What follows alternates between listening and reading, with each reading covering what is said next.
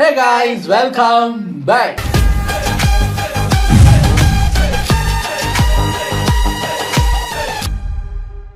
எனக்கு நம்ம எந்த வீடியோக்கு ரியாக்ட் பண்ண போறோம் அப்படின்னு பார்த்தீங்கன்னா நம்ம டிலைட் தமிழ்ல இருந்து ஒரு வீடியோ நேற்றும் இன்னைக்கும் டிலைட் சினிமா டிலைட் தமிழ்னு இது 3வது வீடியோ நம்ம ரியாக்ட் பண்ண போகிறோம். அவ்வளோ விஷயம் வருது.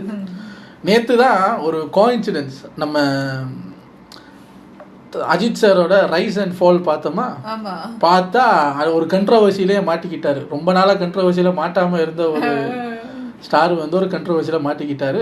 அவரோட ஃபேன்ஸுக்குமே எனக்குமே லைட்டாக டிசப்பாயின்மெண்டாக தான் இருந்தது. என்னென்னா இது அவர் பண்ணியிருக்க வேணாமோ கேட்டால் அவரோட அந்த கார் ரேசிங் இருக்குல்ல அதோட ஒரு ஸ்பான்சர்ஷிப்பு, ஏன்னா அது வந்து அவர் தானே அதுக்கு செலவு பண்ணி போகணும். அதுக்கு அவ்வளவு செலவாகுமா ஒரு ரேஸுக்கும் அவ்வளோ பேரையும் கூட்டிகிட்டு போகிறது வர்றதுன்னு. பட் என்னதான் இருந்தாலும் இது பண்ணியிருக்க வேணாமோ அப்படிங்கிற மாதிரி எனக்கு ஒரு ஃபீல் வந்தது. ஏன்னா அவர் ரேசர் மட்டும் கிடையாதுல்ல, ஹீஸ் அ சினிமா ஆர்டிஸ்ட்டு. அவ்வளோ பேர் அவ்வளோ ஃபாலோ பண்ண இருப்பாங்க. இப்போ ஆமாம், அது என்னென்னா இப்போ கேம்பா அப்படின்னு ஒரு சாஃப்ட் ட்ரிங்க்ஸுக்கு விளம்பரம் பண்ணிட்டாரு அஜித் சார். வந்து இப்படி கையில் அதை வச்சிருக்க மாதிரி குடிக்கிற மாதிரிலாம் விளம்பரம் பண்ணிட்டாரு. அது எதுக்கு விளம்பரம் அப்படின்னா அவரோட அந்த ரேசிங் ட்ரெஸ்ஸோடய இருந்து விளம்பரம் பண்ணுறாரு. அவங்க வந்து அந்த காரில் வந்து அந்த கார் கம்பெனிக்கு அந்த ரேஸுக்கு வந்து ஸ்பான்சர்ஷிப் பண்ணுறாங்க போல இருக்கு. அப்போ அதுக்கு ஸ்பான்சர்ஷிப் எல்லாம் தேவை தான். வேற ஏதாவது ஒரு டயர் கம்பெனி, அந்த கார் சம்மந்தமாக ஒரு ஹெல்மெட் கம்பெனி, ஒரு ஷூ கம்பெனி அப்படி போயிருந்தா கூட பிரச்சனை இல்லை. கார் ரேஸுக்கும் கொக்கா கோலா அந்த ஒரு சாஃப்ட் ட்ரிங்க்ஸுக்கும் என்ன பெரிய அமௌண்ட் எதுவும் கொடுத்துட்டாங்களா என்னன்னு தெரியல. ஸோ அவர் ஏன் இந்த டிசிஷன் எடுத்தார் அப்படின்னு அவரோட ஃபேன்ஸுமே பல பேர் டிசப்பாயின்மெண்ட்டில் இருக்காங்க. ஏன்னா இப்போ தளபதியெல்லாம் வந்து கொக்கா கோலாவுக்கு பிராண்ட் அம்பாசடராக இருந்திருக்காரு ரொம்ப வருஷத்துக்கு முன்னாடி. அதை வச்சு பாட்டெல்லாம் கூட வந்திருக்கு. ரொம்ப வருஷமாக பிராண்ட் அம்பாசடராக இருந்திருக்காரு. பெப்சிக்கெல்லாம் ஆட் பண்ணியிருக்காருன்னு நினைக்கிறேன். அதுக்கப்புறம் பார்த்தா இப்போ அதெல்லாம் இல்லை. இப்போ வந்து கத்தி படத்தில் அதுக்கு எதிராகவே வசனம் பேசி அப்படி இப்படின்னு வேற போயிட்டாரு. சூர்யா சார்லாம் நிறைய அட்டு பண்ணியிருக்காரு. பட் அந்த அட்டெல்லாம் வந்து இந்த பாதகம் இல்லாத அட்டு, ஜண்டு பாம்பு, போத்தீஸு அந்த மாதிரி, சன்ரைஸ் காப்பி கூடாது தான். பட் சொல்கிறேன், நம்ம அஜித் சார் அட்டு பண்ணியிருக்காரு. ஏதோ ஒரு காஃபிக்கெல்லாம் சிம்ரன் கூட அட்டெல்லாம் பண்ணியிருக்காரு, இல்லைன்னு இல்லை. பட் ரொம்ப வருஷத்துக்கு அப்புறம் எதுவுமே பண்ணாமல் இருந்துட்டு இப்போ இந்த டைமில் பண்ணணுமா அந்த ஒரு சாஃப்ட் ட்ரிங்க்ஸை தூக்கிட்டு வந்து நிற்கும் போது அது அன்ஈஸியாக இருக்குது. அது இவர் பண்ணுறாருன்னு ஏற்றுக்க முடியல. ஒரு சில பேர் என்ன சொல்கிறாங்கன்னா அவரே அதை பிடிக்காம தான் பண்ணுறாரு. எப்படி சொல்கிறீங்க அப்படின்னு பார்த்தா அந்த அட்டை நல்லா பாருங்கள் அப்படின்னா, ஒரு அட்டில் ஒருத்தர் நடிக்கும் போது அது என்னதான் இருந்தாலும் அந்த ப்ராடக்டை கையில் வைக்கும் போது அப்படி தானே நம்ம தலை வந்து முறைச்சிக்கிட்டு அந்த அது என்னதான் ஒரு முட்டு கொடுக்கறதுக்கு சொன்னாலும் அது அவர் முறைச்சிக்கிட்டு நின்னாலும் சரி சிரிச்சுக்கிட்டு நின்னாலும் சரி அதை கையில் வச்சிருக்காரு. இப்போ அஜித் இப்போ பாருங்க, இப்போ கேம்பாங்கிறது எனக்கு என்ன அந்த பிராண்டே தெரியாது. இப்போ ஓவர் நைட்ல அந்த பிராண்டு ஃபேமஸ் ஆயிருச்சு. அந்த பிராண்ட் இப்போ பாசிட்டிவோ நெகட்டிவோ அந்த பிராண்டு ஃபேமஸ் ஆயிருச்சு. But at what cost? அவரோட இமேஜ் சர மாதிரி அடி வாங்குது. தெரியல எனக்கு இதில் என்ன சொல்கிறேன்னு தெரியல. எனக்குமே லைட்டாக டிசப்பாயின்மெண்ட்டாக தான் இருந்தது. பட் இப்போ நம்ம அஜித் சார் சொல்லிட்டாரு அதனால வாங்கி குடிக்க போகிறோமான்னு கேட்டால் நம்ம குடிக்க மாட்டோம். ஒரு சில பேர் இருக்காங்கல்ல பிளைண்டாக ஃபாலோ பண்ணுறவங்க, அவங்க வந்து தலையை குடிக்கிறாரு, இப்படி குடிச்சா அவரை மாதிரி ரேஸ் ஓட்டலாம் அப்படின்னு நினச்சிக்கிட்டு குடிச்சு சுகர் ஏறி போய் கிடக்க வேண்டியதுதான். ஸோ சின்ன பிள்ளைங்க அவரோட ஃபேன்ஸ் இருப்பாங்க தானே. இப்போ ஃபாரின் கண்ட்ரீஸ்லாம் நிறைய ரேஸ் ஓடுறவங்க அவங்கெல்லாம் இந்த ரெட்புல்லை ப்ரமோட் பண்ணுவாங்க. ஏன்னா ரெட்புல் வந்து பெரிய ஸ்பான்சர்ஷிப். அது அவங்க தனியாக அந்த டூர்னமெண்ட்லாம் நடத்துகிற அளவுக்கு பெரிய ஒரு ஸ்போர்ட்ஸ் ட்ரிங்கோட பிராண்டு. ஸோ அங்கே அதெல்லாம் பண்ணுறாங்க. இங்கே யார் பண்ணினாலும் கேள்வி கேட்க மாட்டோம். பண்ணினது இவராக போயிட்டாருல்ல. இவர் ஒரு சினிமா ஹீரோ, ஒரு இன்ஃப்ளூயன்ஷியல் பர்சன். அப்படி இருக்கும்போது ஏன்னா இவர் வந்து மற்ற ஹீரோஸ் எல்லாம் அப்படி பண்ணும்போது இவர் அப்படி பண்ண மாட்டாருங்க அப்படின்னு நினைக்கும் போது இப்போ இங்கே 2026 வந்து அட்டில் நடிக்கும்போது அது ஏற்றுக்க முடியல. இப்போ நான் சொன்ன மாதிரி ஒரு ஒரு ஒரு என்ஜின் ஆயில் விளம்பரம், ஏதாவது ஒரு டயர் விளம்பரம், வேற ஏதாவது ஒரு விளம்பரத்தில் இது பண்ணியிருந்தா கூட நமக்கு அது காட்டியிருக்காது. ஒரு சாஃப்ட் ட்ரிங்க்ஸை தூக்கிட்டு வந்தது தான் இடிச்சு போச்சு. அது சம்மந்தமாக என்ன ஏதுங்கிறத பார்க்கலாம். Why AK did this, Ajith Kumar Campa கான்ட்ரவர்சின்னு மாறிடுச்சு. ஆனால் உங்களுக்கு சோக்கடாடே கேம்பா நல்லா ஓவர் நைட்டில் ஃபேமஸ் ஆகிட்டீங்கல்ல, வச்சுக்கோங்க. சரி வாங்க, இது ஒரு 8 minutes வீடியோங்கிறதுனால டக்குன்னு பார்த்துட்டு போயிடலாம். ரெடி?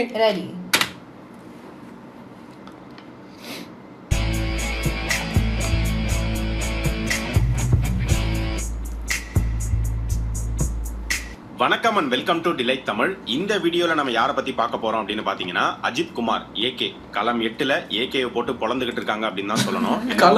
பொழக்கிறாங்களா? அவருடைய ஃபேன்ஸ் சும்மாவா இருக்காங்க அப்படின்னு கேட்டிங்கன்னா பொழக்கிறதே அவருடைய ஃபேன்ஸ் தான். அப்படிப்பட்ட ஒரு சம்பவம் தான் இப்போ சோஷியல் மீடியாவில் போயிட்டு இருக்கு. என்ன நடந்திருக்கு அப்படின்னு பார்த்தீங்கன்னா நம்ம எல்லாருக்குமே தெரியும். ஆனால் ஃபேன்ஸ்னால் இப்படி இருக்கு நமக்கு. பெரும்பாலுமான ஹீரோஸோட ஃபேன்ஸ் வந்து பெரும்பாலான பேர் முட்டு கொடுக்க வருவாங்க. ஆனால் இங்கே கொஞ்சம் பேர் தான் சப்போர்ட்டுக்கு போகிறாங்க. பெரும்பாலுமான பேர் வந்து அவர் அப்படி ஆக்கி வச்சிருக்காரு ஃபேன்ஸை. நானே தப்பு பண்ணாலும் என்னைய தூக்கி போட்டு மீறிங்கிறான் செஞ்சிடறேன் தலை. ஏகேவுடைய பேஷனே வந்து ரேசிங் தான். அதுவும் இப்போ ரீசெண்ட் டைம்ஸில் ரேசிங்கில் பயங்கரமாக கான்சன்ட்ரேட் பண்ணிக்கிட்டே வராரு. படம் கூட பார்த்தீங்கன்னா ரேசிங் இல்லாத கேப்பில் தான் நடிப்பேன் அப்படிங்கிற மாதிரி ஒரு முடிவு எடுத்திருக்காரு. ஸோ அவருடைய ஏகே ரேசிங் டீம் அதை வந்து பயங்கரமாக பில்ட் பண்ணி அடுத்த கட்டத்துக்கு கொண்டு போகணும் அப்படிங்கிற மாதிரி பயங்கர சின்சியராக ஹார்ட் ஒர்க் பண்ணிக்கிட்டு இருக்காரு. ஏகேவுடைய ரேசிங் டீமுக்கு கண்டிப்பாக ஸ்பான்சர்ஸ் அப்படிங்கிறது தேவைப்படும். நிறைய ஸ்பான்சர்ஸ் வந்திருக்காங்க. அதில் முக்கியமான ஒரு ஸ்பான்சராக பிராண்டாக இருக்கிறது ரிலையன்ஸோடைய கேம்பா ஏகே கூட பார்ட்னர் பண்ண போறாங்க அப்படிங்கிற நியூஸ் வந்து முன்னாடியே வந்த ஒரு நியூஸ் தான். அப்ப எல்லாருமே என்ன நினைச்சாங்க அப்படின்னா, சரி ஓகே இவங்க வந்து இந்த டீமுக்கு ஸ்பான்சர் பண்றாங்க, ஏகேவோட அந்த ரேசிங் ஜாக்கெட்ல பிராண்ட் நேம் இருக்கும், இந்த மாதிரி யார் யாரெல்லாம் இந்த டீமுக்கு ஸ்பான்சர் பண்றாங்களோ அவங்க பிராண்ட் நேம்ஸ்லாம் இருக்க போகுது அவ்வளவுதான் அப்படிங்கிற மாதிரி தான் இருந்தது. ஆனா இப்போ ரீசெண்டா என்ன நடந்திருக்கு அப்படின்னு பாத்தீங்கன்னா, ஏகே வந்து இந்த கேம்பா ட்ரிங்கை ப்ரொமோட்டே பண்றாரு. ப்ரொமோட் பண்ற மாதிரியான ஆட்ஸே வந்து இப்போ ரிலீஸ் ஆயிருக்கு. நியூஸ் பேப்பர்ல ஆட் வந்திருக்கு, சோஷியல் மீடியால வந்திருக்கு. அடுத்து ஏகே இந்த சாஃப்ட் ட்ரிங்கை ப்ரொமோட் பண்ற மாதிரி வீடியோ ஆடும் வரும் அப்படிங்கிற ஒரு நியூஸும் இருக்கு. ஓ, பேப்பர்ல வந்ததுக்கே பிரச்சனையா? இப்படி வந்தாலும் அவர் அதுல இருக்காருல்ல, அவர் ரொம்ப இருக்காருல்ல. நீங்க சொல்றீங்க நம்ம ஒரு மாதிரி வச்சிட்டு குடிக்கிறாரு. இல்ல குடிக்கும் போது இப்படி கையில வச்சிட்டு இருக்கும்போது அப்படி முறைச்சி பாக்குற மாதிரி ஒரு போட்டோ இவங்க அப்படி நினைச்சிட்டாங்க. இப்ப வீடியோல நடிக்கும் போது அவங்க சிரிக்க சொல்லுவாங்க கண்டிப்பா. இப்போ இதுதான் இடிச்சது பாருங்க. இப்போ அந்த ஷர்ட்ல பாரு, அந்த மிச்சலின், போர்ஷே அப்படி இப்படின்னு அந்த டயர் கம்பெனி அதெல்லாம் ஸ்பான்சர் இருக்கு. அதே மாதிரி அவர் ஜாக்கெட்ல கெம்பான்னு போட்டாரு. அப்படி போட்டுட்டு விட்டுருந்தா ஒரு பிரச்சனையும் இல்லை. இவங்க என்ன பண்றாங்கன்னா, ஸ்பான்சரை தாண்டி எங்க விளம்பரத்துல நடிங்க அப்படின்னு அவங்க. இப்போ கேம்பா வந்து அஜித் குமார் ரேசிங்குக்கு ஸ்பான்சர் அப்படிங்கறது தாண்டி அஜித் குமார் கேம்பாக்கு பிராண்ட் அம்பாசிடர் மாதிரி மாத்துறாங்க. அதுதான் இங்க பிரச்சனை ஆயிடுச்சு. அவங்க பாருங்க சார், தினமலர் பேப்பர்ல மொத்த பக்கத்தையும் எடுத்திருக்காங்க. இதுதான் இப்போ ஒரு கான்ட்ரவர்சியா கிரியேட் ஆகி போயிட்டு இருக்கு. இதுல என்ன ப்ரோ கான்ட்ரவர்சி இருக்கு அப்படின்னு கேட்டீங்கன்னா, உங்களுக்கே தெரியும், விஜய் வந்து ஒரு டைம்ல கொக்கோ கோலா ஆட்ஸ்ல நடிச்சிட்டு இருந்தாரு. அதுக்கப்புறமா கத்திங்கிற படத்துல கொக்கோ கோலாவை எதிர்த்து ஒரு டயலாகும் வந்து பேசியிருப்பாரு. அப்போ அதுக்கான விமர்சனங்களுமே அவர் சந்திச்சாரு. இவரே வந்து குடிக்க சொல்றாரு, அப்புறம் இவரே வந்து எதிர்த்து பேசுறாரு, என்ன லாஜிக் இருக்கு, டபுள் ஸ்டாண்டர்ட் அப்படின்லாம் சொல்லி பயங்கரமா கேள்வி மேல கேள்வி கேட்டிருந்தாங்க. அதுக்கு விஜய் ஒரு பதிலும் வந்து கொடுத்திருந்தார். அந்த டைம்ல அந்த பிராண்டை ப்ரொமோட் பண்ணது தப்பு தான், பண்ணிருக்க கூடாது, அதுக்கப்புறமா பண்ணக்கூடாதுங்கிற முடிவு எடுத்துட்டேன், நானுமே தப்பெல்லாம் திருத்தி வாழ்ற சாதாரண ஒரு மனுஷன் தான் அப்படிங்கிற மாதிரிலாம் வந்து அவர் சொல்லியிருந்தாரு. அதுக்கப்புறமா அவர் எந்த பிராண்டையுமே பெருசா வந்து ப்ரொமோட் பண்றதே இல்ல, ஆட்ஸ்ல நடிக்கிறதே வந்து நிறுத்திட்டாரு. ஏகே ஃபேன்ஸ் வந்து பாத்தீங்கன்னா ஏகேவை பயங்கர பெருமையா தான் வந்து பேசிட்டு இருந்தாங்க. பாத்தியா, எங்க தலை வந்து இந்த மாதிரி சாஃப்ட் ட்ரிங்க் ஆட்ல எல்லாம் வந்து நடிச்சதே கிடையாது. ஆரம்பத்துல ஏகே பாத்தீங்கன்னா ஒரு காஃபி ஆட்ல நடிச்சிருந்தாரு. அதுக்கப்புறமா எந்த ஆட்லயுமே வந்து அவர் நடிக்கவே இல்லை. ஸோ ஆட்ஸ்ல வந்து நடிக்க மாட்டேன், ப்ரொமோஷன் வர மாட்டேன் அப்படிங்கிற ஒரு ரூல் வந்து அவருக்கு வச்சிருந்தாரு. ஸோ அதை வந்து ஏகே ஃபேன்ஸ் பெருமையா பேசிக்கிட்டு இருந்தாங்க. அந்த டைம்ல கொக்கோ கோலா ஆட்ல நடிச்ச விஜய்க்கே ஒரு மிகப்பெரிய எதிர்ப்பு இருந்தது. இப்போ இத்தனை வருஷத்துக்கு அப்புறமா இப்போ கேம்பா இந்த அந்த சாஃப்ட் ட்ரிங்க்ஸை கையில வச்சிருக்கும் போது முறைச்சிக்கிட்டு இருக்காரு அப்படின்னு இதுக்கு கொஞ்சம் பேர் முட்டு கொடுத்தாங்க. அவரு வந்து அவரே வேண்டாம் விருப்பம் தாங்க நடிச்சிருக்காரு. ஏன் சார் இதெல்லாம் நம்புற மாதிரியா இருக்கு? வாங்க சார். ஆக்சுவலி அவரோட ஜாக்கெட் வந்து ஒயிட் அண்ட் ரெட் தானே. கேம்பாக்கு பாருங்களேன், ஒயிட் அண்ட் பர்பிள் ஆக்கிட்டாங்க. அப்படிங்கிற இந்த சாஃப்ட் ட்ரிங்கை ஏகே வந்து ப்ரொமோட் பண்றாரு அப்படின்னு தெரிஞ்ச உடனே நான் என்ன நினைச்சேன் அப்படின்னு பாத்தீங்கன்னா, விஜய் ஃபேன்ஸ் பயங்கரமா போட்டு பொழக்க போறாங்க அப்படின்னு நினைக்கும் போது தாண்டி ஏகே அவருடைய ஃபேன்ஸே அவரை போட்டு அடிச்சுக்கிட்டு இருக்காங்க. இத்தனை வருஷமா ஆட்ஸ்ல நீங்க நடிக்காம இருந்துட்டு இப்போ உங்களுடைய ரேசிங் டீமுக்காக ஒரு சாஃப்ட் ட்ரிங்கை ப்ரொமோட் பண்றது அப்படிங்கிறது சரியில்லை, இது ரொம்ப டிசப்பாயிண்டிங்கா இருக்கு, இப்படி நீங்க பண்ணிருக்க கூடாது அப்படின்னு சொல்லி நிறைய விமர்சனங்களை சோஷியல் மீடியால வந்து பார்க்க முடியுது. அதுக்குன்னு முட்டு கொடுக்குறவங்க யாருமே இல்லையா அப்படின்னா அப்படிலாம் கிடையாது. முட்டு கொடுக்குறவங்களும் ஒரு பக்கம் இருக்காங்க. பட் அதை தாண்டி எதிர் விமர்சனங்கள் நிறைய வந்துகிட்டு இருக்கு. இது ரொம்பவே ஆரோக்கியமானது. ஆக்சுவலா ஒரு ஃபேன் பேஸ் அப்படிங்கிறது அவங்களுடைய ஸ்டாரை வந்து ரசிக்கிறது, செலிப்ரேட் பண்றது அப்படிங்கறத தாண்டி அவங்க என்ன சொன்னாலும் எது பண்ணாலும் எல்லாமே கரெக்ட் தான் அப்படின்னு முட்டு கொடுக்குற. இப்போ பாருங்க, இப்போ இதுக்கு காரணம் யாருன்னு பார்த்தா அதுக்கு காரணம் அவர் தான். பப்ளிக் பிளேஸ்ல போனா மற்ற ஹீரோஸோட ஃபேன்ஸ் கத்தும் போது அவங்க அதை ரசிக்கிற மாதிரி இவர் வந்து ஏர்போர்ட் இல்லை, கோயில் இல்லை, ஏன் கத்துற, அப்படி பண்ணாத, இப்படி பண்ணாத, கடவுளேன்னு கூப்பிடாதன்னு ஃபேன்ஸை வந்து ரொம்ப ஸ்ட்ரிக்ட் ஆக்கி நீங்க எல்லாம் ஸ்ட்ரிக்ட் ஆஃபீஸர்ஸா இருக்கணும். அப்படியா இருந்துருவோம். என்ன நீங்க கையில ஏதோ வச்சிருக்கீங்க, அடிக்கிற அண்ணனை போட்டு அப்படின்ட்டு அவங்க ஸ்ட்ரிக்ட் ஆகிட்டாங்க. இப்போ ஒரு கவசமா இல்லாம அவங்க நல்லது பண்ணும்போது அதை பாராட்டுற மாதிரி, அவங்க பண்றது சரியில்லை எல்லா அப்படின்னா ஃபேன்ஸும் இப்படி மாறிட்டா நல்லா தப்பு, இந்த மாதிரி நீங்க செய்யாதீங்க செய்யக்கூடாது அப்படின்னு சொல்ற இடத்துலயுமே ஃபேன் பேஸ் வந்து இருக்கணும். அப்பதான் அவங்களுக்கு பயம், அந்த ஆக்டர் இன்னுமே ரெஸ்பான்சிபிளா வந்து இருப்பாங்க, செயல்படுவாங்க. ஏகே வந்து எந்த அளவுக்கு ஒரு பிரைவேட் பர்சன் அப்படிங்கிறது நம்ம எல்லாருக்குமே தெரியும். அவர் படத்தோடைய ப்ரொமோஷனுக்கே வந்து அவர் வரமாட்டாரு. அது மட்டும் இல்லாம ஒரு நல்ல படம் அதுக்கான ப்ரொமோஷனை அதுவே தேடிக்கும், அதுவே வந்து ப்ரொமோட் பண்ணிக்கும் அப்படின்லாம் சொன்ன ஒரு நபர் தான். நல்ல பிராண்ட் அதுவே தேடிக்கணுமே கேட்குறாங்க. அப்படிலாம் நீங்க சொன்னீங்களே, ஆனா இப்போ உங்களுடைய பேஷன், உங்களுடைய பர்சனல் ரேசிங் டீம் அப்படின்னு வரும்போது நீங்க இப்ப இறங்கி வந்து ஆட்ல நடிக்கிறீங்க, சாஃப்ட் ட்ரிங்கை ப்ரொமோட் பண்றீங்க, உங்களுடைய ரூல்ஸ் எல்லாத்தையுமே நீங்க பிரேக் பண்ணிட்டு வரீங்களே, இது நியாயமா அப்படிங்கிற மாதிரி தான் கேள்விகள் இப்ப வைக்கப்படுது.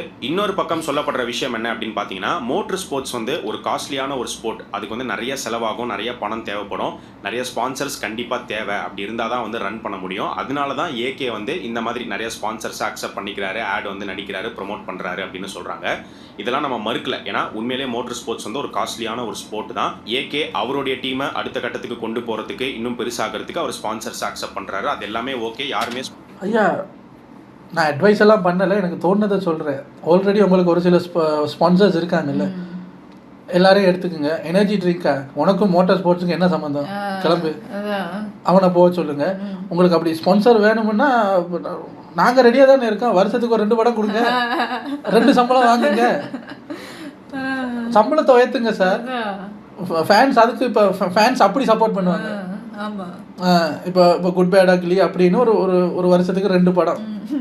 போன வருஷம் 2 படம் கொடுத்தீங்கல்ல, அப்போ 2 சம்பளம். உங்களுக்கு அப்போ மோட்டார் ஸ்போர்ட்ஸுக்கு நல்லா வேணுமே அப்படின்னா ஒரு டைரக்டரை கூப்பிட்டு, இங்கே பாருங்க எனக்கு ரொம்ப நாள்லாம் இல்லை, ஒரு 30 டேஸுக்குள்ளே என்னை வச்சு ஒரு படம் பண்ணுற மாதிரி ஒரு கதை சொல்லுங்கள் அப்படின்னா, ஒரு 30 டேஸ் நீங்கள் ஷூட்டிங் பண்ணிட்டு போயிட்டீங்கன்னா 3 படம் வரும். ஒரு வருஷத்தில் அஜித் சாரோட 3 படம், உங்களுக்கு 3 சம்பளத்தை கொஞ்சம் உயர்த்துனீங்கன்னா அது போகும்ல மோட்டார் ஸ்போர்ட்ஸுக்கு. இதுக்கு சார் கம்பாவை கையில் தூக்குறீங்க. ஸ்பான்சர்ஸ் இருக்கக்கூடாது அப்படின்னு சொல்லவும் முடியாது. ஆனால் ஒரு சாஃப்ட் ட்ரிங்க் ஸ்பான்சர் தான் தேவையா அப்படிங்கிற ஒரு கேள்வி வருது. எத்தனையோ ஸ்பான்சர்ஸ் இருக்காங்க, பிராண்ட்ஸ் இருக்குது, ப்ராடக்ட்ஸ் இருக்குது. பட் ஏகே கேம்பா கூட கொலாபரேட் பண்ணதுக்கான காரணம் என்ன அப்படிங்கிறது தெரியல. மேபி மற்ற ஸ்பான்சர்ஸை விட இவங்க ஒரு ஹெவியான ஒரு ப்ரைஸ் ஏகேக்கு பே பண்ண அக்செப்ட் பண்ணிருக்காங்க. ஏகேவுடைய இந்த செயலால் ஏகே ஃபேன்ஸ் ரொம்பவே அப்செட்டில் இருக்காங்க அப்படின்னு தான் சொல்லணும். ஏகே ப்ரொமோட் பண்ணுற இந்த கேம்பா ட்ரிங்க் இதை பற்றி பார்த்தோம் அப்படின்னா, மோகன் சிங் அவருடைய பியூர் ட்ரிங்க்ஸ் குரூப் அவங்க தான் 70s இந்த கேம்பா கோலா அப்படிங்கிற அதுக்கு முன்னாடி அவங்க என்ன பண்ணிட்டு இருந்தாங்க அப்படின்னு பார்த்தீங்கன்னா, 40s and 50s வந்து கொக்கோ கோலாவை இங்க இந்தியாவில் மேனுஃபேக்சரிங் பண்ணி டிஸ்ட்ரிபியூட் பண்ற வேலையில இருந்தாங்க. அதை தான் பண்ணிட்டு இருந்தாங்க. அதுக்கப்புறம் 70s தான் நம்மளே ஒன்று உருவாக்கலாம் அப்படிங்கிற மாதிரி உருவாக்குறாங்க. மறுபடியும் 90s அந்த காலகட்டத்தில் பார்த்தீங்கன்னா கோக்கு, பெப்சிலாம் ஹெவியாக இந்தியன் மார்க்கெட்டுக்குள்ளே வருது, பயங்கரமாக ப்ரொமோட் பண்ணி மார்க்கெட்டை பிடிச்சிட்டாங்க. இவங்களால போட்டி போட முடியாமல் கேம்பா கோலா அப்படிங்கிறது காணாமலே போகுது. ஸோ இப்போ ரீசெண்டாக 2022 ரிலையன்ஸ் வந்து பார்த்தீங்கன்னா இந்த கேம்பாவை 22 கோடிக்கு அக்வயர் பண்ணுறாங்க. அக்வயர் பண்ணி இப்போ அடுத்து இந்தியன் கொக்கோ கோலாவா இதை மாற்றணும் அப்படின்னு சொல்லி பயங்கரமாக ப்ரொமோட் பண்ணிக்கிட்டு இருக்காங்க அப்படிங்கிற மாதிரி சொல்லப்படுது. இப்போ இந்த கேம்பா ட்ரிங்கோடைய பிராண்ட் நீங்க என்ன சார் குறுக்கால வந்திருக்கீங்க? இவர்ல அடி வாங்கல, அவர் ஊர்ல அடி வாங்கிருப்பாரு. ஏன்டா டேய் நீங்க எல்லாரையும் இழுத்து வச்சிருக்கீங்களாடா? அம்பாசிடரா ஆக்டர் ராம் சரண் அவர் தான் இருக்காரு. அதுக்கடுத்து இப்போ ஏகே ரேசிங் டீம் கூட இவங்க பார்ட்னர் பண்ணியிருக்காங்க. இன்னும் இதுக்கடுத்து வந்து பார்த்தீங்கன்னா பெரிய லெவலில் ப்ரொமோட் பண்ணி எடுத்துகிட்டு போவாங்க அப்படின்னு சொல்லப்படுது. ஸோ சாஃப்ட் ட்ரிங்க்ஸ் எடுத்துக்கிட்டோம் அப்படின்னா அது கேம்பாவாக இருக்கட்டும், கோலாவாக இருக்கட்டும், பெப்சியாக இருக்கட்டும், எதுவுமே உடம்புக்கு நல்லது கிடையாது. ஸோ இதெல்லாம் வந்து தவிர்க்கிறது ரொம்ப ரொம்ப நல்லது. இந்த இஷ்யூவில் நம்ம இன்னொரு பெர்ஸ்பெக்டிவ் பற்றியுமே நம்ம பேசி தான் ஆகணும். அதே சார் நீங்கள் இப்போ கார் ரேஸில் இருக்கீங்க, இதை நீங்கள் ப்ரொமோட் பண்ணுறீங்களே, நான் ஒரு கேள்வி கேட்குறேன். இதை நல்லா குடிச்சு போட்டு கார் ரேஸில் ஓடிட்டு இருக்கும்போது முட்டிக்கிட்டு ஒன்றுக்கு வந்துச்சுன்னா ரேஸை நிறுத்தி இறங்கவா முடியும்? அப்போ இதெல்லாம் குடிக்க கூடாது சார். எப்படி நம்ம ஐடியா? எக்ஸாம்பிளோட சொல்லணும் அப்படின்னா ஆக்டர் ஷாருக் கான் அவரை பற்றி உங்களுக்கே தெரியும். இப்போ வரைக்குமே பார்த்தீங்கன்னா பல ஆட்ஸில் வந்து நடிச்சுக்கிட்டே இருக்காரு. அவர் நடிக்காத ஆடே கிடையாது அப்படின்னு தான் நினைக்கிறேன். ஒரு பழைய இன்டர்வியூ ஒன்று இருக்குது, எல்லாரும் பார்த்துருப்பீங்க அப்படின்னு நினைக்கிறேன். அவர்கிட்ட ஒரு கேள்வி கேட்கப்படுது, நீங்கள் இந்த மாதிரி வந்து சாஃப்ட் ட்ரிங்க்ஸை வந்து ப்ரொமோட் பண்ணுறீங்களே, சாஃப்ட் ட்ரிங்க்ஸ் வந்து உடம்புக்கு நல்லது கிடையாது, இப்போ நீங்கள் ப்ரொமோட் பண்ணால் உங்களை பார்த்து பல பேர் வந்து குடிக்க மாட்டாங்களா, இது தப்பு இல்லையா அப்படின்னு கேட்கும்போது அவர் சிம்பிளாக ஒரு வார்த்தை சொல்லியிருப்பார், பேன் இட். ஒரு ப்ராடக்ட் வந்து சரியில்லை, இது நல்லது கிடையாது, உடம்புக்கு கெடுதல், அதை விற்கிறதுக்கும் மேனுஃபேக்சரிங் பண்றதுக்கும் எப்படி அனுமதி கொடுக்குறீங்க, கொடுக்காதீங்க, பேன் பண்ணுங்க அப்படிங்கிற மாதிரி அவர் சொல்லியிருந்தாரு. அவர் வெறும் சாஃப்ட் ட்ரிங்க்ஸ்க்கு மட்டும் சொல்லலை, சாஃப்ட் ட்ரிங்க்ஸு, தம்மு, தண்ணி எல்லாத்துக்கும் சேர்த்து தான் வந்து சொன்னார். எதெல்லாம் வந்து மக்களுக்கு கெடுதலோ அதெல்லாம் வந்து விற்கிறதுக்கு அலோவ் பண்ணாதீங்க, மேனுஃபேக்சரிங் பண்ணாதீங்க. ஆனால் ஏன் நீங்கள் அதை பண்ண மாட்டீங்க அப்படின்னா அதில் வர ரெவன்யூ உங்களுக்கு தேவைப்படுது, நீங்கள் ஸ்டாப் பண்ண மாட்டீங்க. ஆனால் ஏன் ரெவன்யூவை ஏன் நீங்கள் ஸ்டாப் பண்ணணும்னு நினைக்கிறீங்க? நான் வந்து ஒரு நடிகன், என் வேலையே நடிக்கிறது தான், நான் ஆட்ஸ் வந்து நடிக்க தான் செய்வேன், ஏன் ஜாபை தடுக்காதீங்க அப்படிங்கிற மாதிரி ஒரு பதில் கொடுத்துருப்பாரு. அதுக்குன்னு ஷாருக் கான் மாதிரி இப்படி எல்லாருமே ஒரு ஸ்டேட்மெண்ட்டை கொடுத்துட்டு எத்தனை ஆட்ஸ் வேணாலும் நடிக்கலாம், எவ்வளோ ப்ராடக்ட் வேணாலும் ப்ரொமோட் பண்ணலாம் அப்படிங்கிறது கிடையாது. எல்லா ஆக்டருக்குமே ஒரு சோஷியல் ரெஸ்பான்சிபிலிட்டி அப்படிங்கிறது கண்டிப்பாக இருக்கணும். அதை தாண்டி இந்த எக்ஸாம்பிளை நான் சொன்னதுக்கான காரணம் என்ன அப்படின்னு பார்த்தீங்கன்னா, ஒரு சரியில்லாத ஒரு ப்ராடக்டை, உடம்புக்கு கெடுதலான ஒரு ப்ராடக்டை ஒரு நடிகர் ப்ரொமோட் பண்ண வரும்போது அந்த நடிகர் மேலே நமக்கு வரக்கூடிய ஒரு மிகப்பெரிய கோவம், அதே கோவம் ஏன் அதை விற்கிற, அதை அலோவ் பண்ணுற அரசாங்கத்துக்கு மேலே வரமாட்டேங்குது அப்படிங்கிறது தான் கண்டிப்பாக வரணும், கேள்வி கேட்கணும். ஸோ உடம்புக்கு கெடுதலாக இருக்கக்கூடிய ப்ராடக்ட்ஸை அரசாங்கம் தான் வந்து பேன் பண்ணணும். அப்படி இல்லைனா மக்களாகிய நாம வந்து பார்த்தீங்கன்னா வாங்குறத கம்ப்ளீட்டாக ஸ்டாப் பண்ணிட்டோம் அப்படின்னா அவங்களே ஆட்டோமேட்டிக்காக கடையை காலி பண்ணிட்டு போயிடுவாங்க. ஸோ நீங்கள் ஏகேவுடைய இந்த கான்ட்ரவர்சி பற்றி, இந்த மாதிரியான சாஃப்ட் ட்ரிங்க்ஸு, மற்ற உடம்புக்கு கெடுதலான ப்ராடக்ட்ஸு, இந்த பிராண்டிங்ஸு, இதை சுற்றி நடக்கிற அரசியல் பிஸ்னஸ், இதை பற்றிலாம் உங்களுடைய கருத்து என்ன அப்படிங்கிறத மறக்காமல் இந்த வீடியோடைய கமெண்ட் செக்ஷனில் சொல்லுங்கள். அடுத்து இதே மாதிரி இன்னொரு வீடியோவில் நம்ம பார்க்கலாம். இந்த வீடியோ உங்களுக்கு பிடிச்சிருந்துச்சுன்னா ஹைப் பண்ணி விடுங்க, ரொம்பவே யூஸ்ஃபுல்லாக இருக்கும். இதில் 2-3 விஷயம். நம்ம போயிட்டு ஏன் நீங்கள் நடிக்கிறீங்க, ஏன் அதை விற்கிறீங்கன்னு ஒரு ஆக்டரையோ அரசாங்கத்தையோ கேள்வி கேட்க முடியாது. கேட்டாலும் பதில் வராது. நம்மக்கிட்ட இருக்கிற பவரை தான் நம்ம யூஸ் பண்ண முடியும். நம்மக்கிட்ட இருக்கிற பவர் என்ன, அதை இக்னோர் பண்ணுறது. இக்னோர் பண்ணால் இவங்க யாருக்கிட்ட அதை விற்பாங்க, சேல்ஸ் போகலைன்னா எப்படி ஸ்பான்சர் பண்ணுவாங்க, சேல்ஸ் ஆகாத ஒரு டம்மி ப்ராடக்டை எப்படி மார்க்கெட்டில் வச்சுருப்பாங்க, ஆட்டோமேட்டிக்காக அது அழிஞ்சிடும். ஆனால் நம்ம என்ன பண்ணுவோம், நம்மளும் அதை வாங்கி குடிச்சிக்கிட்டு ஏன் விற்கிற, எதுக்கு விற்கிற, இருக்கிறனால தானே வாங்குகிறோம். நீங்கள் வாங்கினா மட்டும் அவங்களுக்கு போதும், உங்கள் கருத்தெல்லாம் அவங்களுக்கு தேவையில்லை. நமக்கு எது நல்லது கெட்டது நமக்கு தெரியும். அப்போ அப்படியே யோசிச்சு நம்ம இயற்கையிலே ஒரு மேனுஃபேக்சரிங் பண்ணி ஒரு ஜூஸ் ஒன்று வருது, பச்சை கலர் பாட்டிலில் இளநி, அதை குடிக்க மாட்டோம். நம்ம இதைத்தான் கலர் கலர் பிளாஸ்டிக் போத்தெல்லாம் வாங்கி குடிப்போம். இதை இக்னோர் பண்ணிட்டாலே சேல்ஸ் இறங்குன்னா அவன் பாட்டில் ஓடிடுவான். அடுத்தது த பவர் ஆஃப் ஏஐயை இப்போ காட்டணும்.